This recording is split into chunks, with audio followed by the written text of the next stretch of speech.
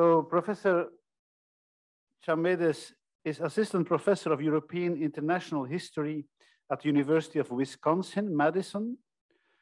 Her work focuses on the place of religion in the modern world, and her geographic areas of specialism are Europe and the United States. She wrote A 20th Century Crusade, the Vatican's Battle to Remake Christian Europe, and Failed Globalists, European Socialists, the Welfare State, and the Challenge of the Global South. So, Professor, we can see you already, which is great.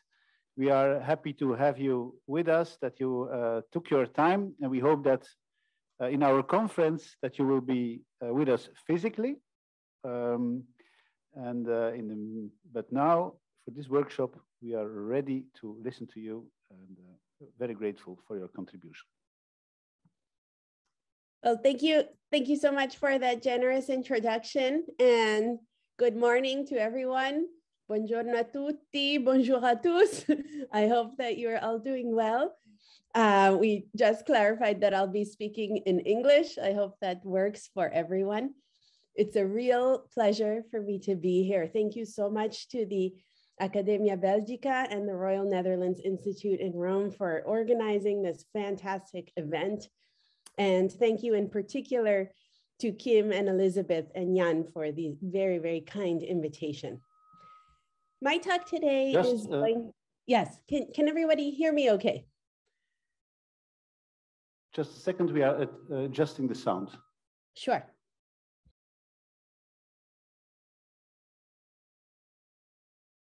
Yes, please, go ahead. Okay, terrific. Would you like me to start again? We heard you, please. You heard me. Okay, fantastic. Thank you so much. Thank you, Jan. Okay, so what I've decided to do with you all today is present more of a historiographical intervention and the beginning of a conversation that I'm hoping we can continue this summer.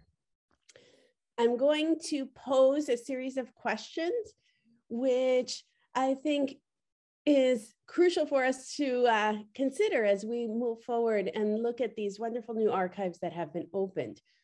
These questions have to do with existing areas of focus, and they are also seeking to suggest that we have new frameworks and new ways of thinking through the role of the papacy in the 20th century with the new archival materials that are available to us now.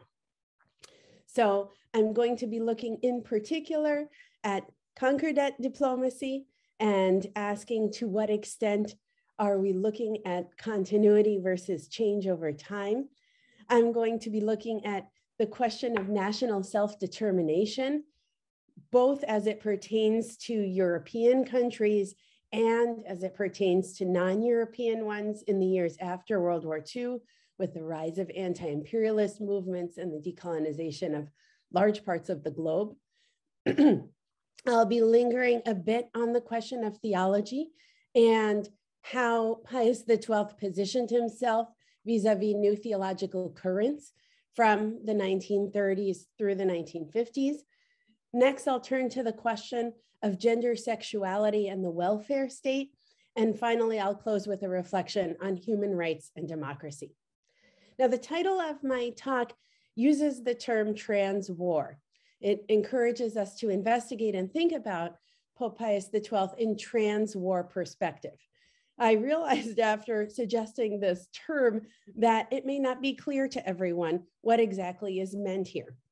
So the term trans war is used increasingly in order to begin questioning narratives that really took shape after World War II that traditionally revolved around two juxtaposed categories. One, the notion of democratic rebirth with 1945, and the other one focusing more on continuities.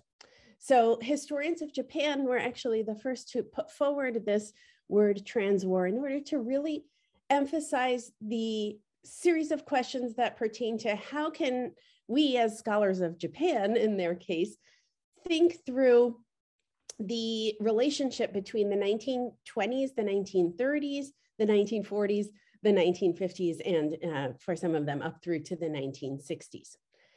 One school of thought was positing that Japan changed dramatically with its defeat in the Pacific War and its occupation by the United States. So in this view, there were basically two moments in Japanese history. The first was a moment in which Japan was under the command of right-wing ideologues. And the second, after the radical break of World War II, was a moment in which Japanese society found democracy. The concept of trans-war was introduced by scholars who wanted to push back against this narrative of abrupt break. Trans-war scholarship highlights continuities in Japan's modern history, and it underscores how post-war Japan was basically as much a product of developments in the interwar years as it was of occupation era reforms and transformations. So this term trans-war that was born in the context of Japanese historiography, I think can be helpful to us as we think through European history and as we think through the role of the papacy.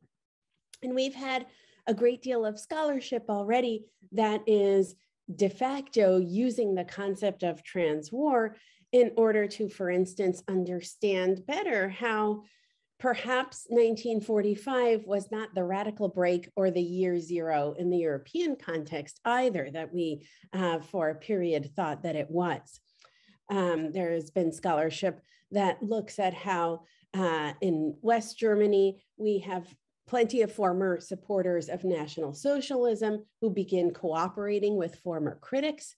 We also have plenty of scholarship that is looking at how Konrad Adenauer very carefully and intelligently sought to integrate former members of the Nazi Party into a new democratic consensus that was forming. Similarly, scholars of Italian history have performed a parallel move, and so too in French history, where I think most recently the book that does this very impressively is a book by Philip Nord, who argues that in order to understand the reconstruction of modern France after World War II, in fact, we need to think about the Vichy regime and the Vichy era. And what Nord shows is how policymakers of the liberation had not only served under the Vichy regime, but that a number of post-war institutions as well as policies were in fact indebted to the Vichy era in various ways. So let's say that there are, in addition to the imperative of doing trans-war history, I want to add a little bit of a cautionary note, which is the following. I think there is a danger in pushing the flipping of this narrative too far. So again, the traditional story was that 1945 represents this absolute break between an authoritarian past and a democratic future. One kind of caricatured way to flip that story is to go a pretty simplistic route and simply invert the Vichy syndrome rather than suppressing Vichy or suppressing the authoritarian fascist moment that Europe traversed. We need to not only remember fascism, but somehow see fascism and Nazism as enduring in extended forms well beyond 1945. This too would be an overcorrection in the other direction, right? It's obviously a gross oversimplification of the truth. And I think we do need to be wary about correcting one error by creating another one. What I think a more cautious and appropriate trans-war framework urges us to do is ask what did not change in the years that spanned from the 1920s through the late 1950s and early 60s, what changed more slowly than we might have initially imagined, and therefore to what extent should we reframe 1945 as a radical break? And finally, what did in fact change over the course of these 30 to 40 decades and why? Pope Pius XII is in so many senses a perfect figure for this exercise in reflecting on trans-war continuities and discontinuities.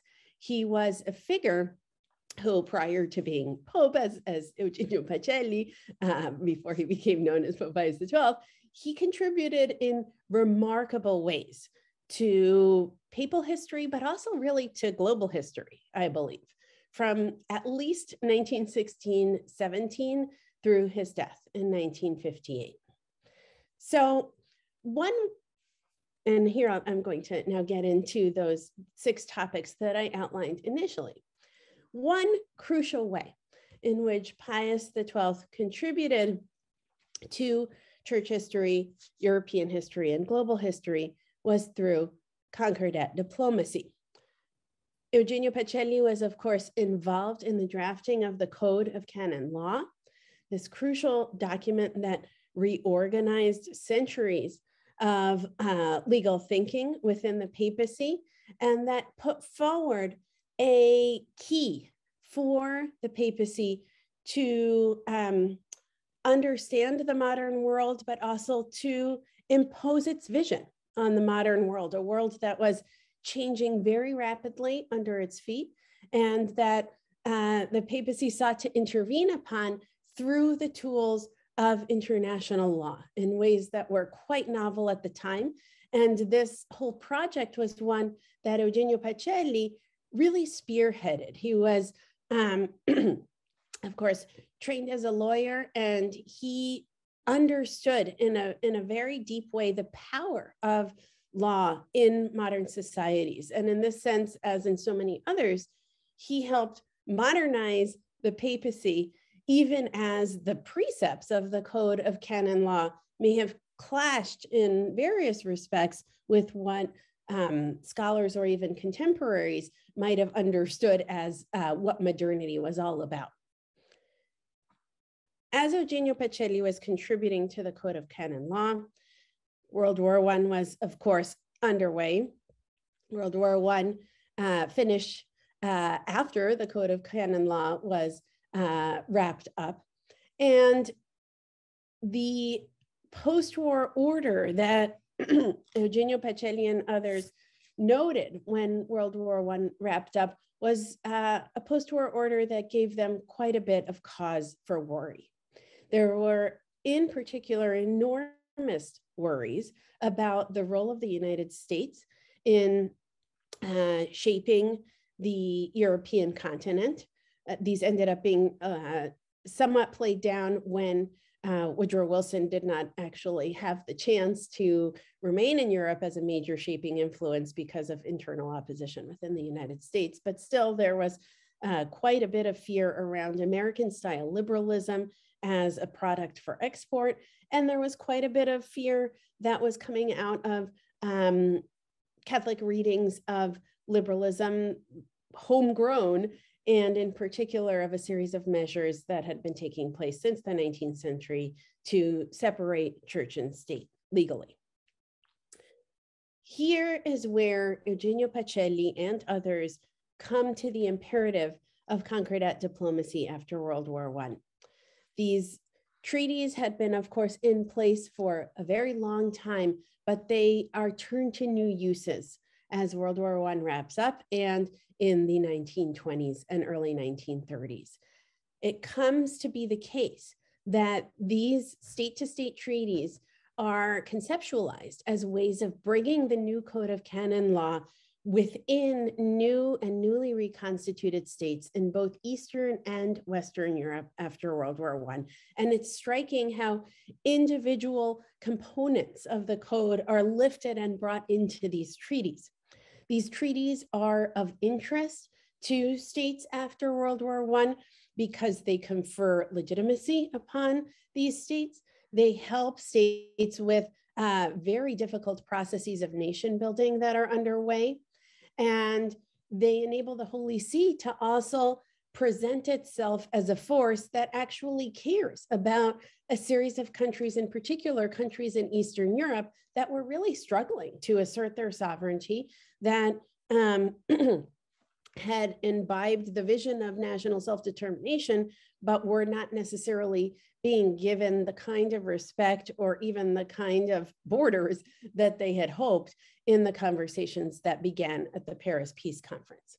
So the papacy is able to use this form of diplomacy in order to assert its international vision, and at the same time, in order to protect its own prerogatives as laid out in the Code of Canon Law. So my first book really reframes our understanding of the relationship between the papacy and, for instance, Mussolini and Hitler, and the more famous agreements that were reached with fascist Italy and Nazi Germany in this broader framework, so that we understand the legal revolution that was being carried out by the papacy had begun long before those two figures rose to power. And it was in fact part of this bigger idea that many, including very prominently Eugenio Pacelli, had about the role of law in enabling the papacy to stave off and protect what it saw as its core interests. It's also striking how when the disagreements and disputes begin with Nazi Germany in particular, a lot of energy that you can see very clearly from the archives is going towards the violation of the Concordat with Germany and attempts to bring Germany back into line. So there's continued concern with these legal documents well into the 30s, and this continues into the 1940s. So I would argue that when it comes to the papacy's decision to use these treaties as central in its building of a relationship with modern states, that is a key element of trans-war continuity, and that's something that Eugenio Pacelli remains committed to once he becomes Pope in 1939. There is continued concern with the existence and violation of these legal documents. There's huge concern with getting these documents recognized as legally valid after the breaking point of 1945.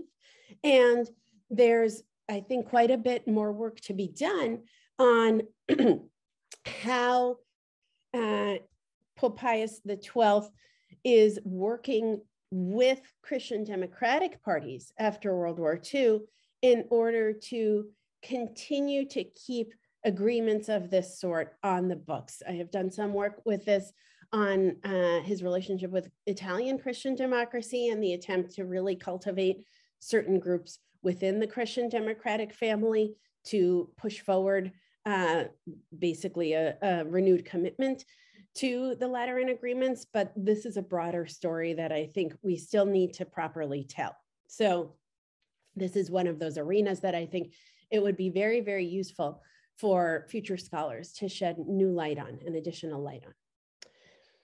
We also, of course, within this story of Concordat diplomacy and worries about the rise of liberalism, worries about liberalism and communism begin to get very much interbraided within the Holy See, starting from the 1920s. And by the 1930s, there is an incredible fear of communism as the leading existential threat. And this, of course, is another strong element of continuity, which stays constant from basically, for Pacelli, the time of the Bavarian uprisings until his death. And here too, the legal architecture of the Concordats is seen as a really important way to position the church and Western Europe against what is perceived as this existential threat. It also shapes the willingness of the papacy to enter into certain kinds of agreements. And so here too, I would be curious to see how future scholars investigate the papacy's relationship to Spain after World War II, and to Portugal, countries that do not make the democratic turn in the immediate post-war years. A second key theme that I think is of great interest for scholars who are interested in this trans-war perspective is the question of national self-determination. So Pius XII was a big admirer of Matthias Erzberger, in particular of his notion of national self-determination, which was put forward during and immediately after World War I. And the idea here was that the, at a certain point, former German Empire would support national self-determination in Eastern Europe because it would be a way of ensuring hegemony without territorial domination. That's the exact phrase. And Eugenio Pacelli gets quite interested in this particular way of thinking about national self-determination. And I would also argue in a modern hegemonic project. So he supports national self-determination of Eastern European countries at a time when their fate is hanging in the balance.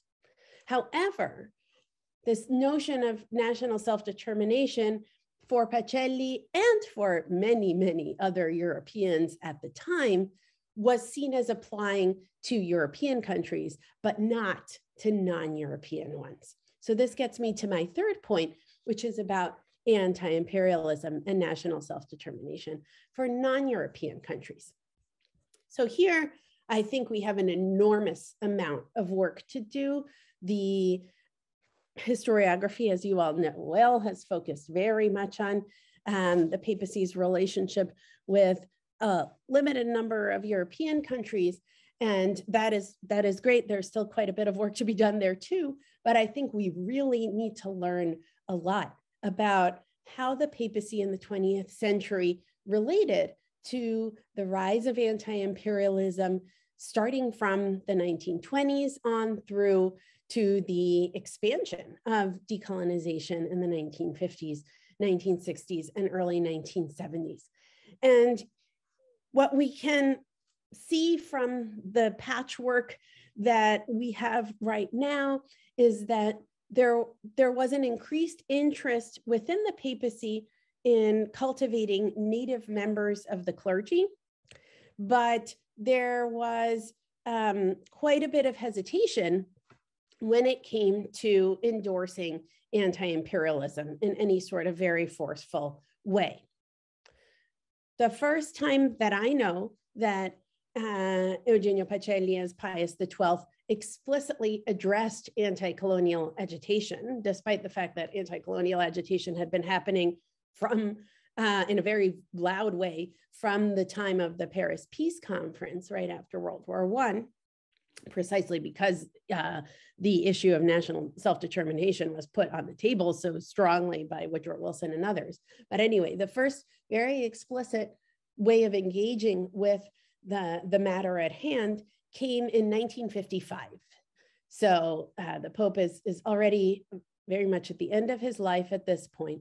And in his 1955 Christmas message, Pius XII does explicitly address the anti-imperial struggles that are going on, but he is trying to strike a balance here between a modest support for self-determination, this idea that he'd been interested in since 1917, 1918, and a continued allegiance to the notion of a European civilizing mission. So what he says is, quote, "Let not colonial peoples be denied a fair and progressive political freedom, nor hindered in its pursuit." And then he adds, quote, "To Europe, however, they will give credit for their advancement to that Europe without whose influence extended to all fields, they might be drawn by a blind nationalism to plunge into chaos or slavery."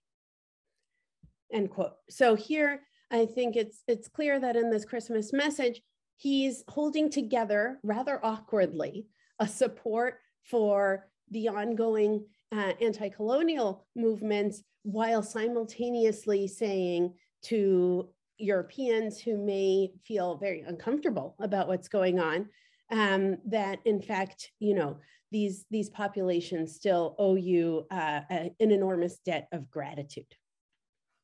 2 years later, in 1957, Pius XII is under pressure, a great deal of pressure, from African Catholics in particular, to speak up more clearly, forcefully, in favor of anti-imperialism. There's a very important association of Catholic African students that forms in France under the leadership of Joseph Ki-Zerbo. They visit Rome in 1957. Pope Pius XII does not meet personally with these students who have been basically exclusively dedicating themselves to meetings with the clergy, to writing a large number of pamphlets that are making the case that the Catholic Church and Catholicism, by definition, needs to support these struggles because of its universalism, because of its commitment to justice, and so forth.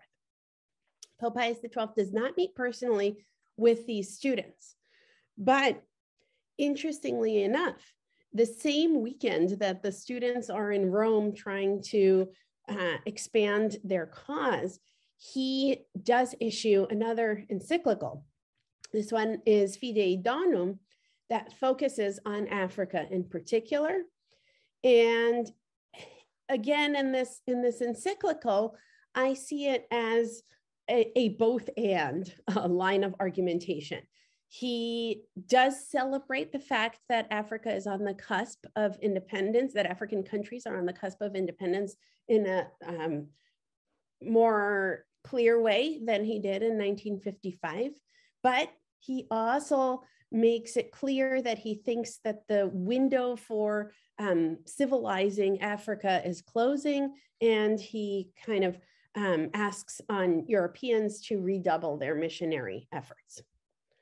Pius XII also stays faithful throughout the whole course of his life to some staunch defenders of imperialism within the church. One of them is the French Bishop Marcel Lefebvre, who gets very upset when Pius XII dies, of course. But part of the reason he gets so upset is, as he retrospectively notes, John the 23rd, he says, quote, did not value me as Pope Pius XII had. And he believes that, if Pius XII had lived, he might have become a cardinal. And this is a figure who was very much against the rise of African independent states. He said, for instance, quote, de Gaulle rushed all of the independences. The Americans did a bit of pushing, and so the church had to follow. This was his commentary on John the 23rd's attitude towards national self-determination in the former European colonies, which he thought, and which was in fact quite different from Pius XII's approach. So I think we have key questions to answer here, and new questions to ask too, about how, first of all, Catholicism expanded enormously in these years. And secondly, how did the still predominantly European and American clerics connected to the Holy See, how did they understand what was going on? Okay, I'm running a little bit short on time, so I'll try to be quick in my next few points. So, next question is a theological question about, trans-war continuities versus discontinuities. And here too, we have quite a bit of literature on this question, but I think the new archives will be able to illuminate in new ways what exactly was at stake, in particular with Humani Generis in 1950, and the extent to which Eugenio Pacelli and others saw themselves as positioning against a movement that was, on one view, overly sympathetic to Marxism and to communism. You know, these were Jesuits who believed that it was necessary to read and understand Marx and other communist writers prior to condemning them. We need to understand better what exactly was understood by existentialism at this time, right? Of course, Humanigenides asserts that it's primarily concerned with, quote, the new erroneous philosophy, which has assumed the name of existentialism, since it concerns itself only with existence of individual things and neglects all consideration of their immutable essences, end quote.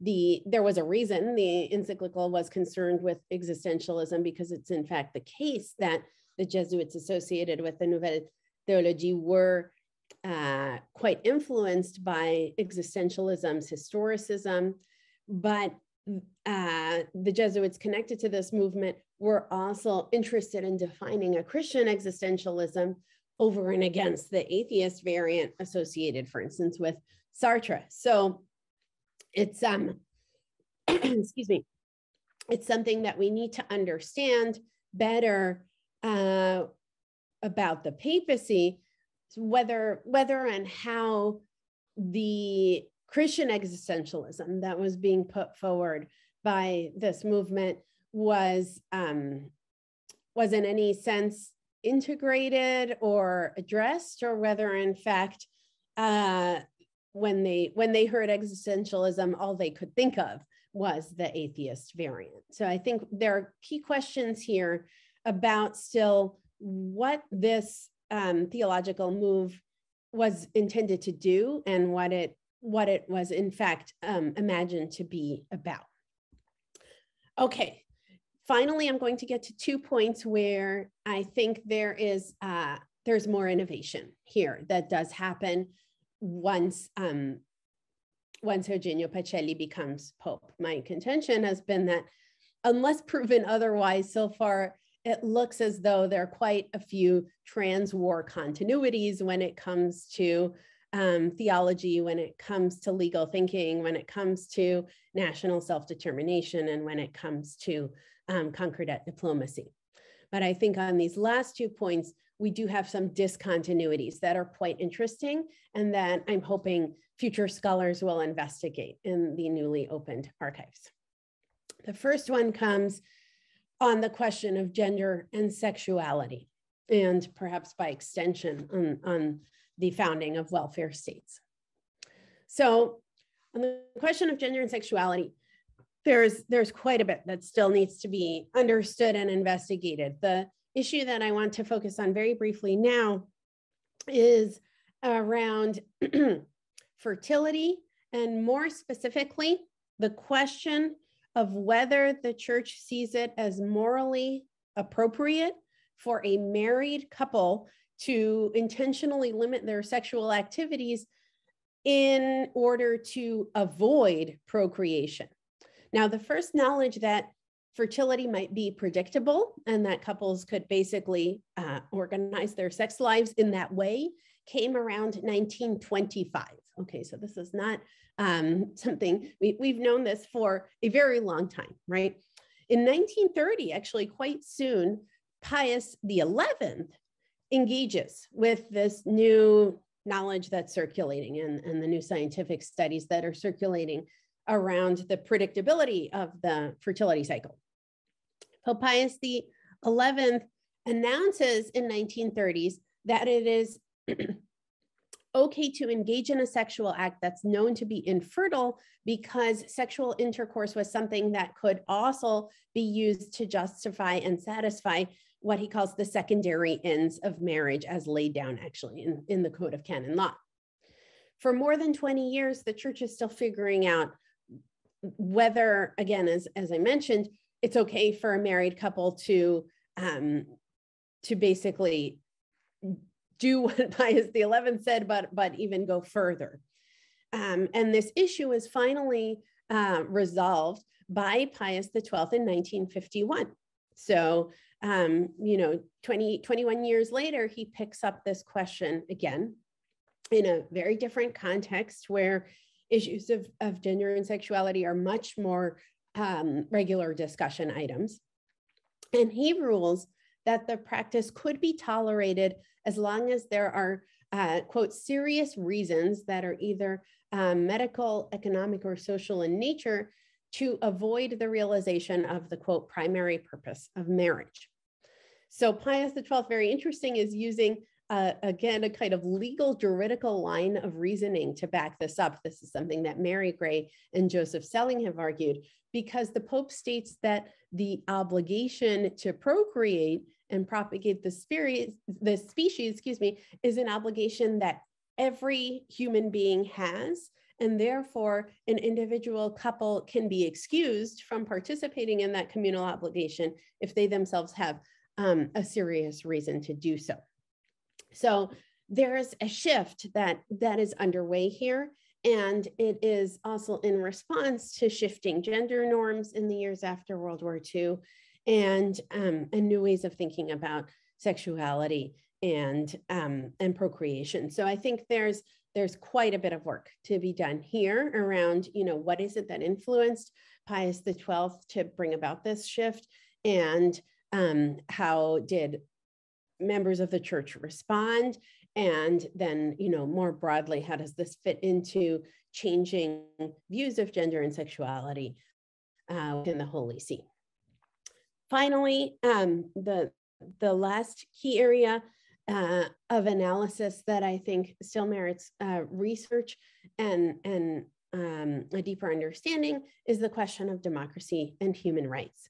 So here we have terms that are, freighted with meaning, and yet they also, we should be careful about not imposing our own meanings on these terms as we go back to the archives and go back to the historical documents, because one crucial thing that scholars have highlighted is a very interesting embrace of terms like human rights and human dignity in papal speeches starting from the 1930s and through into the 1940s. And then also, of course, Pius XII's famous endorsement of democracy in 1944. What I have argued in my book about the latter move was that, yes, Pope Pius XII endorsed democracy, but as he endorsed it, he also redefined it in a quite limited way that was, in fact, bringing back the notion of concordats and bringing back the notion of a constrained democracy which protects religious groups and religious freedoms. And this was really the centerpiece for him of a democracy that could work.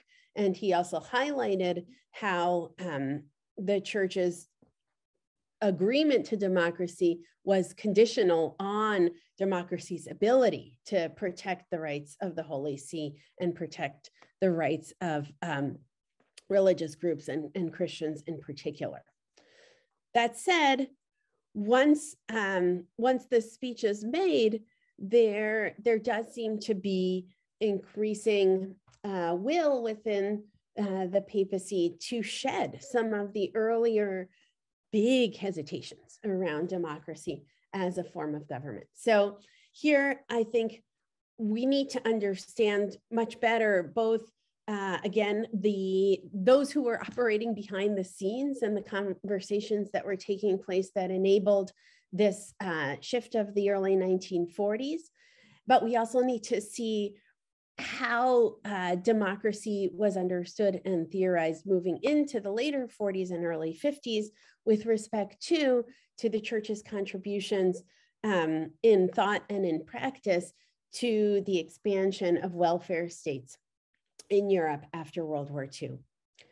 So I think we emerge from this historiographical survey that I just offered with, I hope, a series of new questions around how this individual, Eugenio Pacelli, traversed the trans-war years himself, how on certain issues he remained faithful to positions that he had developed in the 19-teens and 1920s, potentially for his entire life, and how on other issues like gender, sexuality, human rights, and democracy, we do in fact see shifts, but we need to understand better the nature of those shifts, and of course, the communities of discourse and the geopolitical circumstances that may have enabled and pushed forward those shifts within the Holy See. So I look forward to the conversation and to all of the wonderful new scholarship that's going to emerge from close study of these new materials. Thanks for your attention, everyone. Yeah, okay, thank you very much. No, thank you for your wonderful overview of and this also this concept of trans-war continuities and discontinuities for highlighting also the personality of Pope Pius XII and this idea of the rule of law, the role of the law, for instance, in enhancing the role of the Holy See in the international context. And so many other things that you have mentioned, also by taking our discussion also a bit beyond the political and diplomatic realm, which has been a bit the focus of this morning, and taking it also to other domains like sexuality, democracy, and human rights, and so on. So thank you very much. I think we are a bit out of time, so we have time for one question maybe, and then, sorry, because we need also to go to lunch, maybe you to breakfast, I don't know. But is there any urgent question here? Yes, please.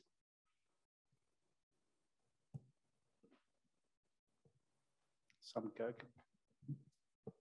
Hello, I'm Sam Kuik, and I've just recently started a PhD research with Kim Christiaans. And it's about precisely the relationship of the church and the broad subject that is decolonization. So I hope that in 4 years' time I'll be able to answer some of the questions that you pointed out. And a very brief question that I have today is about the motivation of this shifting discourse about self-determination. I found it very interesting to hear that self-determination was already present and applied to the European case during World War I, but that it was then applied to non-European countries after the Second World War, especially in the 50s. And I was wondering about what were the primary motivations of the church to start talking about self-determination in, for example, an Asian or an African context. Was it closely linked to anti-communism, for example? Because I think that the church was perhaps not something that was so popular in what was to become the third world, because of course they hadn't pronounced themselves explicitly against colonialism and colonial powers. So that was really my question. What is the role of anti-communism in this shift in discourse about self-determination? Thank you. Great, thank you so much. And you're in wonderful hands for your PhD. And I'm very excited for the kind of work that you're doing. So I hope that you stay in touch. As to your question, it's an issue that I haven't studied in depth. So I have hunches and hypotheses more than hard arguments here for you. But my sense is that there were a number of different factors at play. One is the same factor that motivated the papacy to embrace a form of national self-determination after World War I, which was a very quick, actually, surprisingly early awareness that the old European world of large empires was changing, and that it was very important for the church to keep pace with the times. And you really see this in the documents from World War I, that there's this extraordinary awareness that for an institution that's been around so long, they actually do realize quite quickly when circumstances are changing. So there's this extraordinary awareness that circumstances are changing. And there are specifically in World War I conversations with, excuse me, with key figures in Germany who in fact see national self-determination as a strategy for continued German hegemony. So there's also this awareness that, in fact, national self-determination, if properly supported, can be a way to extend your influence as an international actor rather than a constraining response. And the papacy gets quite interested in projects of nation and state building, because as soon as you have independence, new countries have the problem of creating national coherence and a sense of cultural unity. And they have a problem of borders. How do we create the borders that we want and get them internationally recognized? And after World War I, the papacy is helping in both of these respects, because it's helping with projects of national consolidation in the sense of creating a sense of cultural homogeneity where perhaps that homogeneity wasn't quite there. And it's also helping with the state borders, because it's redrawing diocesan boundaries in ways that are in conformity with how new state leaders want to imagine their borders before those borders have even been recognized by international law. So that's very, very important. And I think that there are similar moves at stake in the period of interest to you. There are also strategic questions like the ones that you raised. How can the Catholic Church continue delivering on its goals, and how can it support and expand the number of Catholics in the world in new conditions and mobilize against what it perceives as its enemies? And in the Cold War years, it was not just a struggle between the United States or the Western Bloc and the Soviet Union and the Eastern Bloc. It was a broader struggle as well. And the papacy is well aware of the fact that if it surrenders certain territories, it may lose them for good, precisely because